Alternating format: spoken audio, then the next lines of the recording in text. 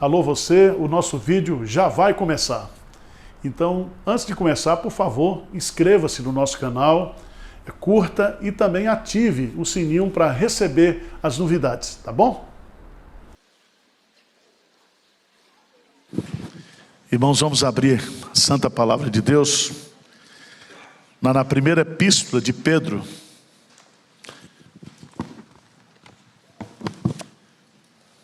Primeira epístola de Pedro, capítulo 4.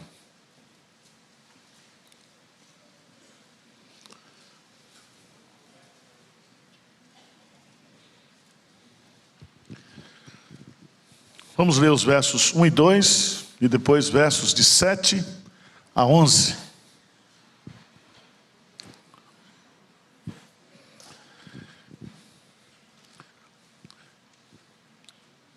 Vocês encontraram aí? 1 de Pedro, capítulo 4, diz assim: ora, tendo Cristo sofrido na carne, armai-vos também vós do mesmo pensamento.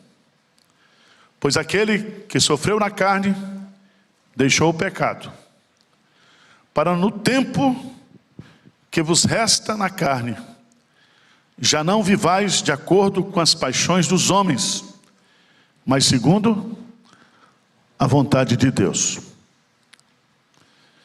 Verso 7, ora, o fim de todas as coisas está próximo. Sede, portanto, criteriosos e sóbrios, a bem das vossas orações. Acima de tudo, porém, tende amor intenso uns para com os outros, porque o amor cobre multidão de pecados. Sede mutuamente hospitaleiros, sem murmuração. Servi uns aos outros, cada um conforme o dom que recebeu, como bons dispenseiros da multiforme graça de Deus. Se alguém fala, fale de acordo com os oráculos de Deus. Se alguém serve, façam na força que Deus supre, para que em todas as coisas seja Deus glorificado, por meio de Jesus Cristo, a quem pertence a glória e o domínio pelos séculos dos séculos. Amém. Nós estamos diante de uma carta escrita por Pedro, uma carta pastoral. Ela é universal, porque ela não se dirige apenas a uma igreja local, mas todas as igrejas. E Pedro é um pastor, ele é um presbítero, ele é um ancião.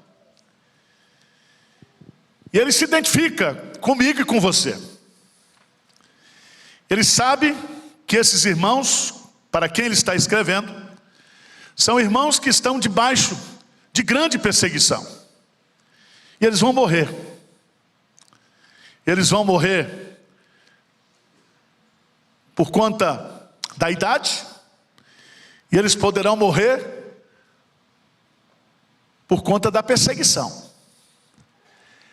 E a pergunta que o texto e que Pedro nos levanta nesse texto é o que eu e o que você e que os crentes devem fazer no resto que nós temos nessa vida. Veja lá, por favor. Versículo 2, para que no tempo que vos resta na carne. Grifa essa palavra aí. Essa é a ideia-chave do texto. Eu estava conversando com minha mãe essa semana, tomando café, com biscoito, lá na Bahia. Falei, minha mãe, você está com 84 anos, 85. O que você vai fazer no resto de dias que você tem aqui? Ela disse, meu filho, eu não tenho muito plano não. Eu não tenho muito projeto não, vou viver. Deixa a vida me levar. Conversa de irmãos sexagenários. Eu e meus 4 irmãos. O irmão mais novo, o que você está fazendo? Ele diz, eu estou fazendo implante de cabelo. Eu estou tirando o cabelo daqui botando aqui, porque eu quero, no final do ano, estar como Roberto Carlos. Conversa boa. E a mensagem de hoje, viu, Júnior? Você fez 65 essa semana. Mandei uma mensagem para você, orei por você. O que você vai fazer com o resto de dias que você tem? Vamos pensar sobre isso? Pedro quer que nós pensemos sobre isso. Vocês estão entendendo ou não? E ele diz o seguinte, ora, tendo Cristo sofrido na carne, armai-vos também vós do mesmo pensamento, pois aquele que sofreu na carne deixou o pecado, para que no tempo que vos resta na carne, já não vivais de acordo com as paixões dos homens, mas segundo a vontade de Deus. Então, o que eu vou fazer com o resto de dias que eu tenho para viver nesta vida? A primeira coisa é que eu tenho que me armar como Cristo. Eu tenho que olhar como Cristo, Ele lutou contra o pecado, como Ele venceu o pecado, como Ele manteve uma vida de santificação. Mas não somente isso, o grande projeto da minha vida é viver de acordo com a vontade de Deus.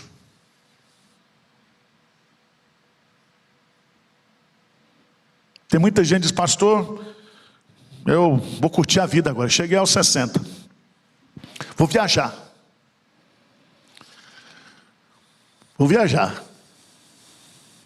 vou fazer isso, vou fazer aquilo. Vocês nunca pensaram nisso, não? Eu estou chegando aos 60. E eu fiz a conta. Quem já fez conta aqui? Como eu. Chegou aos 60. Mais 20. 80. Falando com o médico, meu psiquiatra, ele diz, Arivaldo, você tem que cuidar da sua vida, da sua saúde. Sabe por quê? Porque não basta ter vida longa, tem que ter qualidade de vida. Aí eu, lendo o jornal, diz lá, os planos de saúde vão acabar. Porque nesses últimos anos entraram mais de 5 milhões de pessoas com 60 anos. E os jovens não estão fazendo plano de saúde. Eu falei, estou lascado. Vocês nunca pensaram nisso, não? Só eu que sou tonto. Pensando. O que eu vou fazer da minha vida? Você que é jovem, você está pensando que que está longe? Não é longe não. O que fazer enquanto eu estou vivo? Pedro está dizendo, viva fazendo a vontade de Deus. Amém? Então eu vou tomar uma decisão aqui hoje à noite. Até eu morrer, eu vou imitar a Cristo na luta contra o pecado. E vou viver uma vida segundo a vontade de Deus. Eu duvido que Deus quer que você compre casa em Atibaia.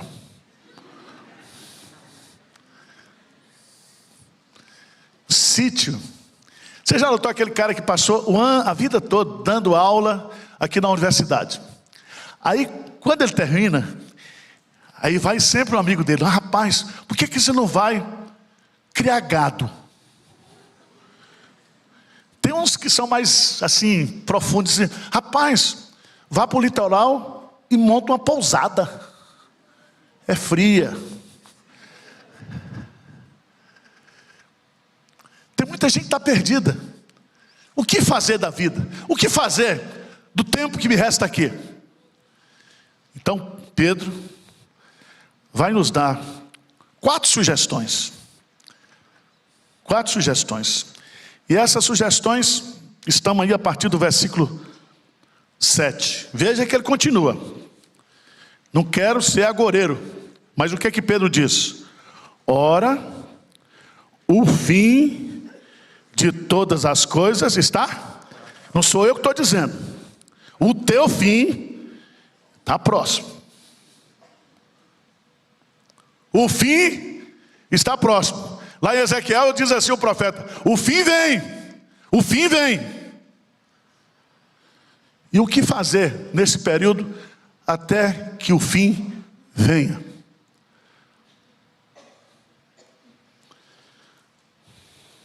Primeira coisa que você deve fazer está no versículo 7. Vamos ler juntos? Vamos ler juntos, versículo 7? Ora, o fim de todas as coisas está próximo.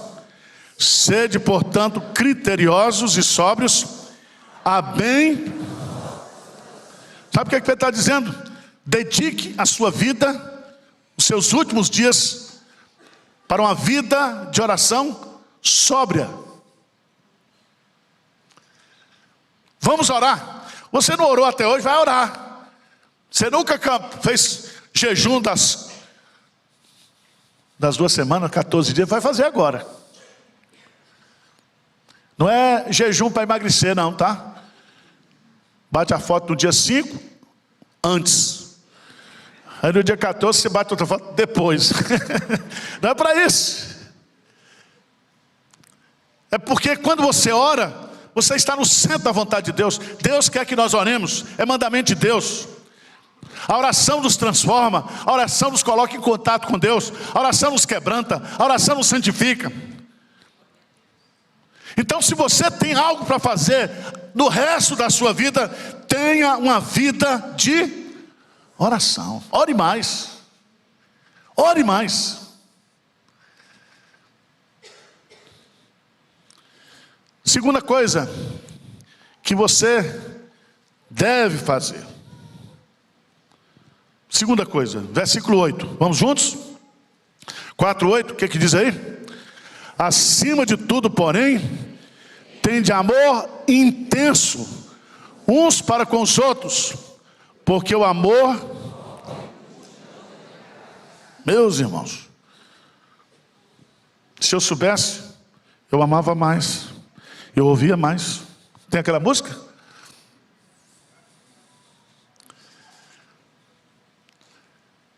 Eu tenho que orar mais e eu tenho que amar mais uns aos outros. Se você até agora não amou como Deus gostaria que você amasse, Pedro está dizendo, vamos amar mais.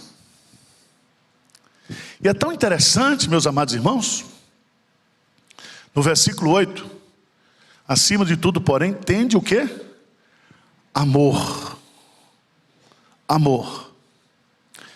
3 detalhes sobre essa questão do amor. Antes, você observa que lá,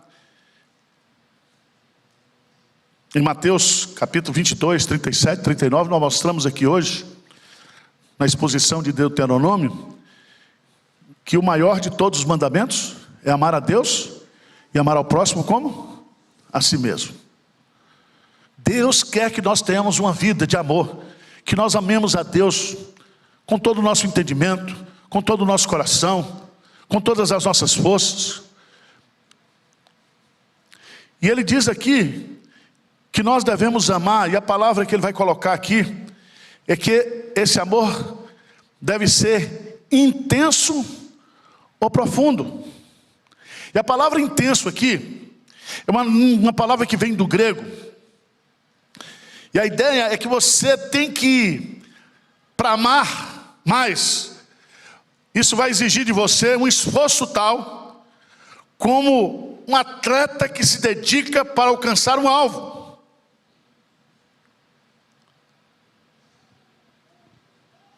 Escolhe aqui da igreja 2 pessoas que você não gosta.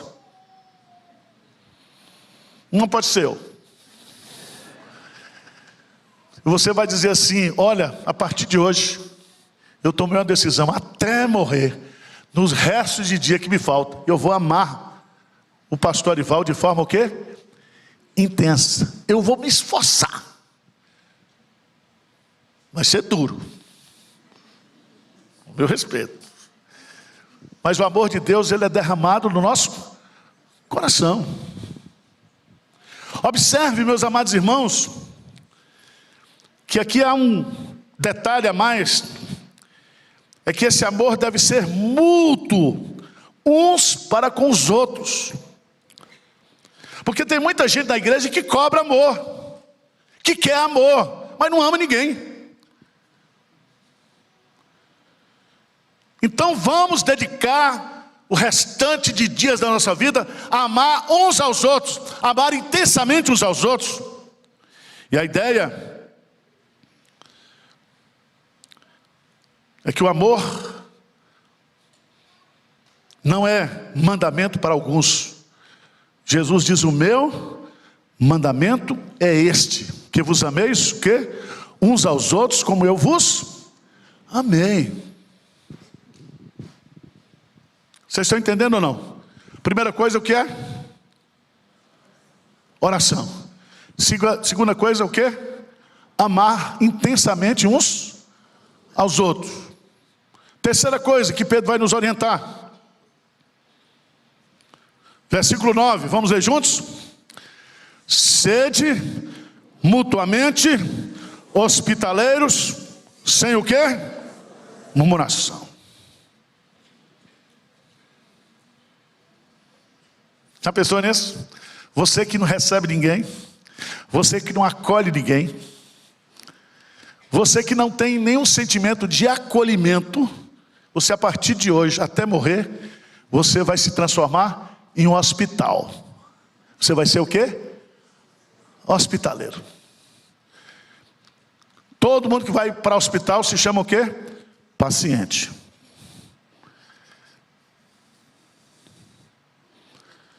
Agora, sede hospitaleiros uns aos outros, sem o quê?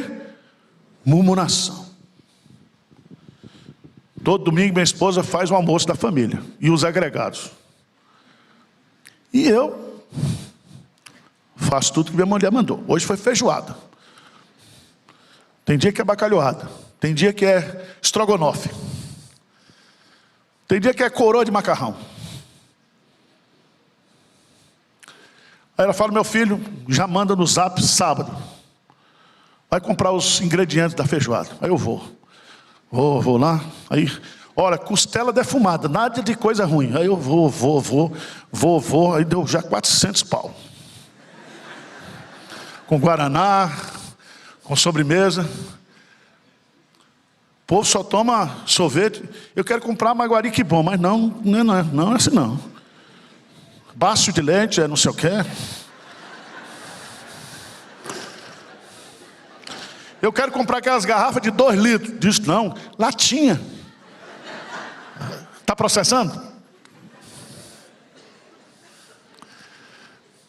Aí eu sou, meu irmão, eu sou muito errado.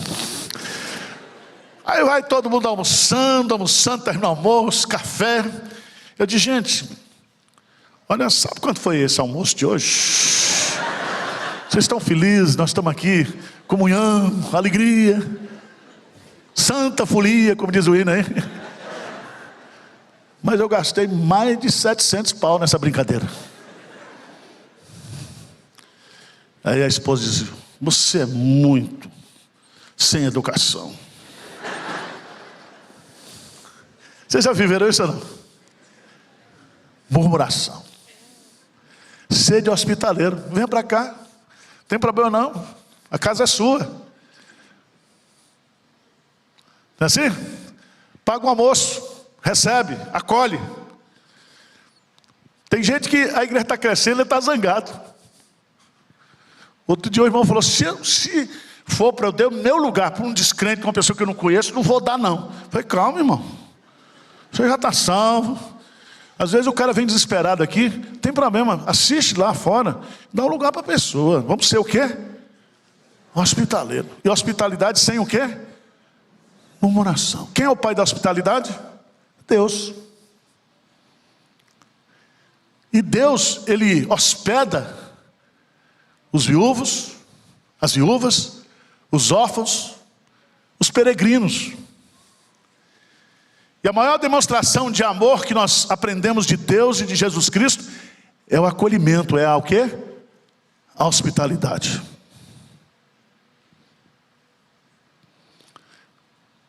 O que você vai fazer dos dias que lhe restam? Pedro está dizendo: primeiro, ore. Segunda coisa, o quê? Ame intensamente. Terceira coisa, seja o quê? Hospitaleiro sem o quê? murmuração.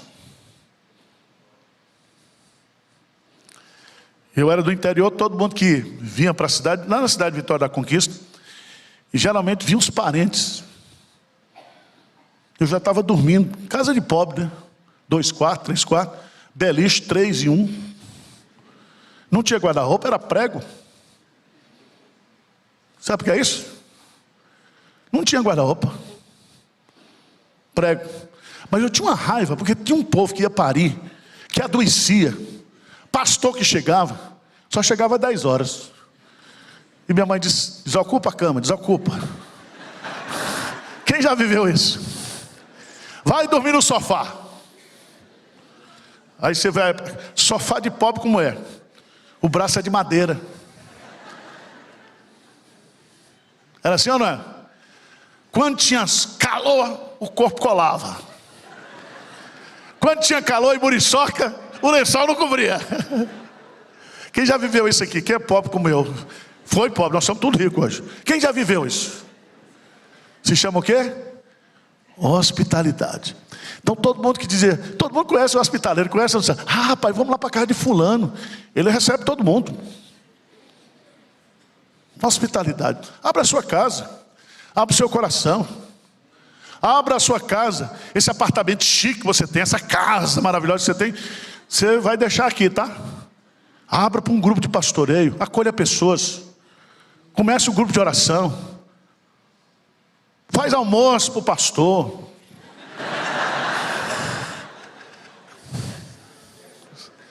Eu não vou falar porque tem muita gente que me prometeu, né, Raquel? E eu fui lá. Mas vamos ser hospitaleiros. Quarta coisa, para encerrar.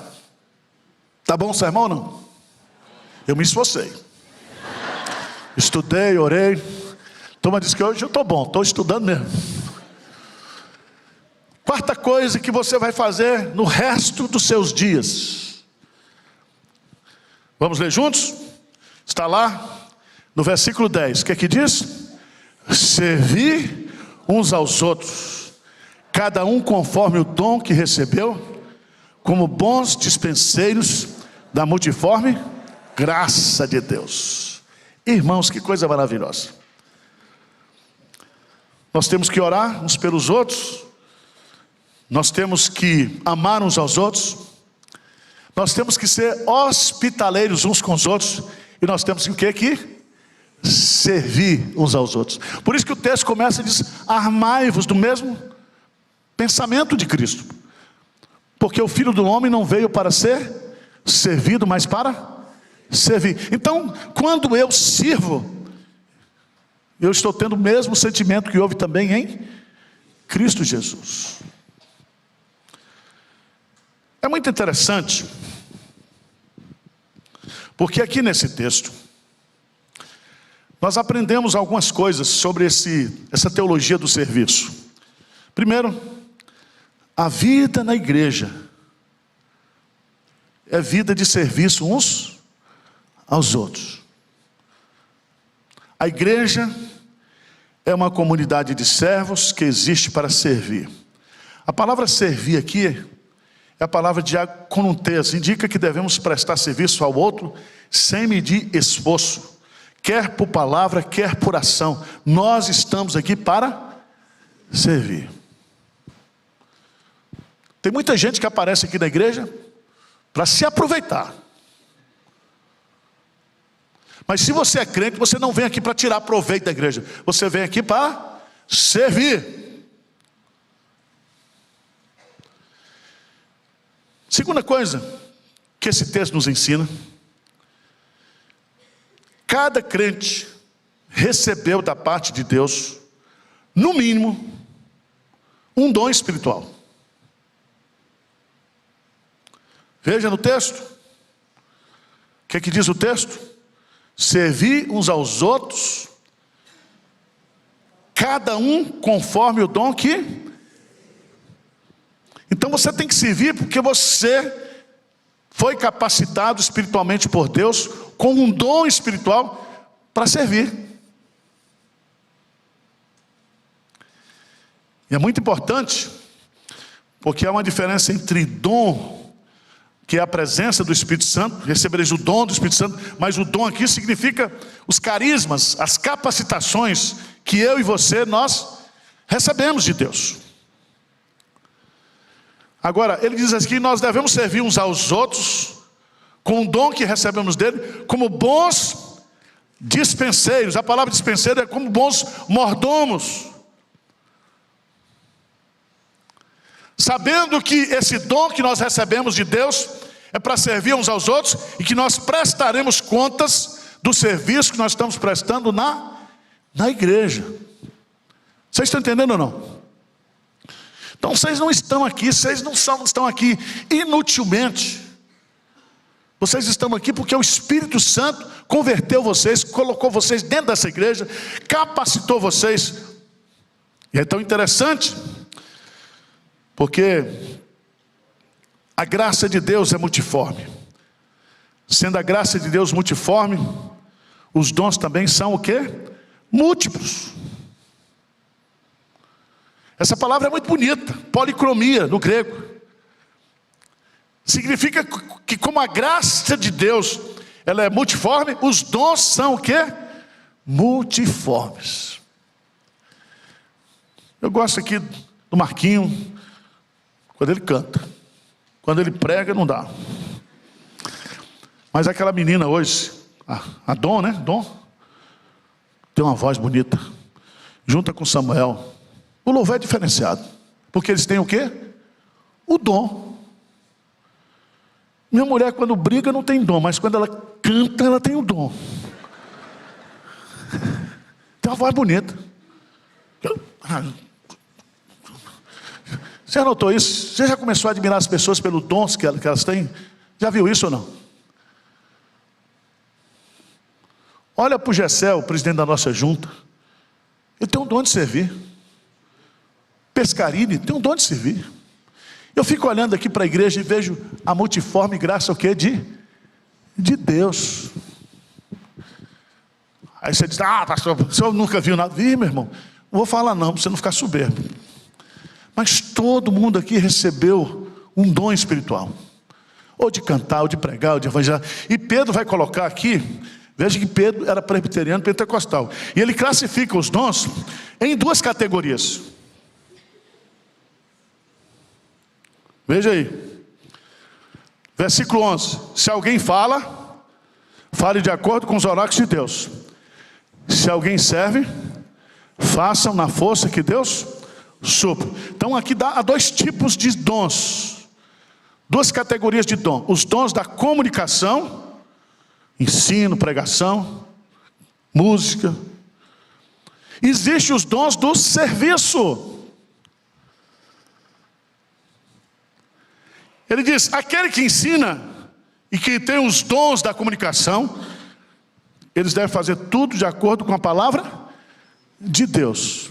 Aquele que serve, serve na força que Deus supre.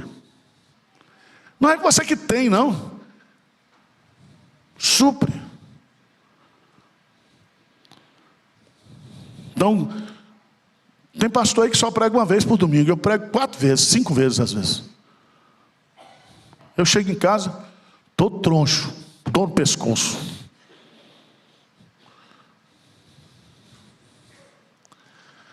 Aí eu chego na segunda-feira para fazer a ginástica. Meu irmão, é uma benção. Começa na esteira e termina com um martelinho. Pum, pum, pum, pum, aqui, ó. É bom, não é?